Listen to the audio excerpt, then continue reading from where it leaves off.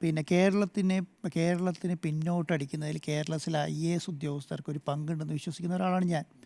കാരണം ഗവൺമെൻറ് ചിന്തിക്കുന്നതിൻ്റെ ഒപ്പം എത്തുന്നതിൻ്റെ ഒപ്പം പല ഉദ്യോഗസ്ഥന്മാർക്കും കേരളത്തിൽ IAS ഉദ്യോഗസ്ഥന്മാർക്കും കേരളത്തിൽ എത്താൻ പറ്റുന്നില്ല. അതിനുള്ള കാരണം എന്ന് പറയുന്നത് ചില ഉദ്യോഗസ്ഥന്മാരുടെ കയ്യിലേക്ക് ഈ പറയുന്ന സംവിധാനങ്ങൾ മുഴുവൻ മാറുകയാണ്. അത് ചില ഉദ്യോഗസ്ഥന്മാരത് കൈയടക്കി ഇങ്ങനെ വെക്കും.